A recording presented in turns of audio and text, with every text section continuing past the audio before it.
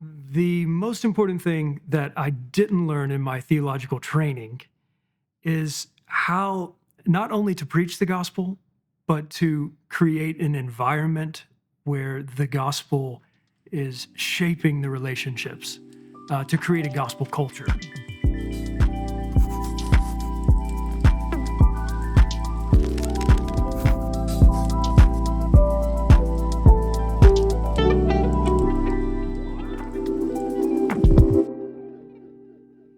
There are some parts of being a pastor that are really hard.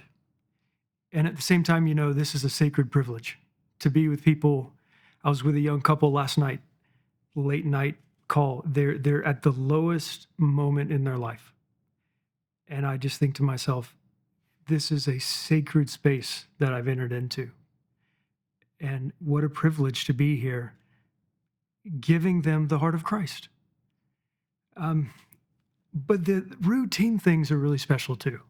For instance, at Emmanuel, where I pastor, when we give Holy Communion, we look at everybody who comes down, we look them in the eye, and we say, the body and blood of Christ were given for you.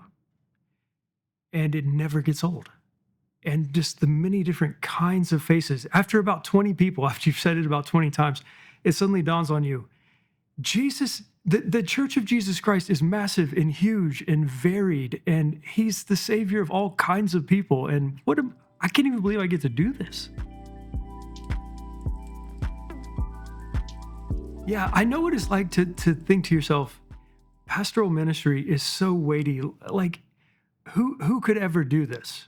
Who would ever say of themselves that they could do it? It almost feels prideful to even say that. But at the same time, it's so weighty that you never really could do it in your own strength. So you're always going to be trusting God to help you. So if the Lord has put that desire in your heart, you really can't ignore that. It would be unfaith to say to God that he couldn't use you. The desire matters a lot. It also really matters to see yourself through the eyes of others. And that happens in the context of a church. You get a chance to teach or to encourage someone, and people affirm what they see in you. And it's strengthening to not only have the opportunity to encourage people, but to hear people say to you, I think I could see you being a pastor. And you need that in order to have the confidence to take this massive plunge. The biggest mistake I made as a brand new pastor was undervaluing the teaching of the gospel. I think I felt a real pressure to perform and to build things that were really interesting for people to be a part of, and it's good to have fun. But the simple teaching of the gospel, the plain explanation of the gospel, is so deeply satisfying to the human heart. There really is no greater magnet in a ministry than that. I don't think I trusted the gospel when I first started out. But now I've seen the gospel do so many things, it's easier to trust. The most important thing that I didn't learn in my theological training is how not only to preach the gospel, but to create an environment where the gospel is shaping the relationships, to create a gospel culture.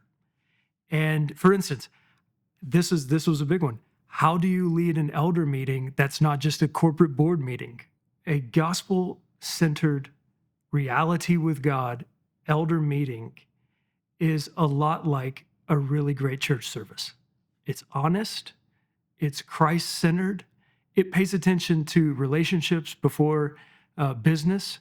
And when you put all those things together, when you actually care for one another, you can do the business in about half the time. It's great.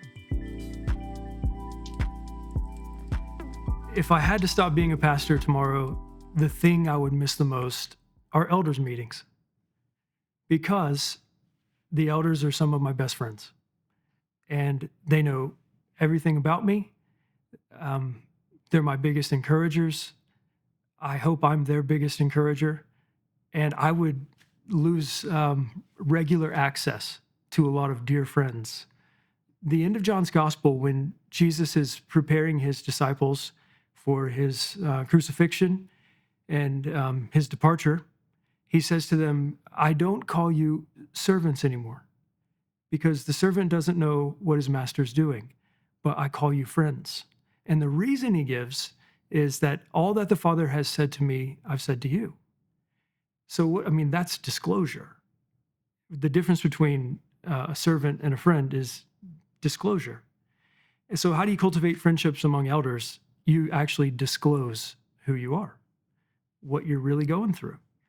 And you do that enough times, you pray for one another enough times, and pretty soon you look around the elder room and you think to yourself, these guys are my best friends. And the business gets done really well too. So bonus.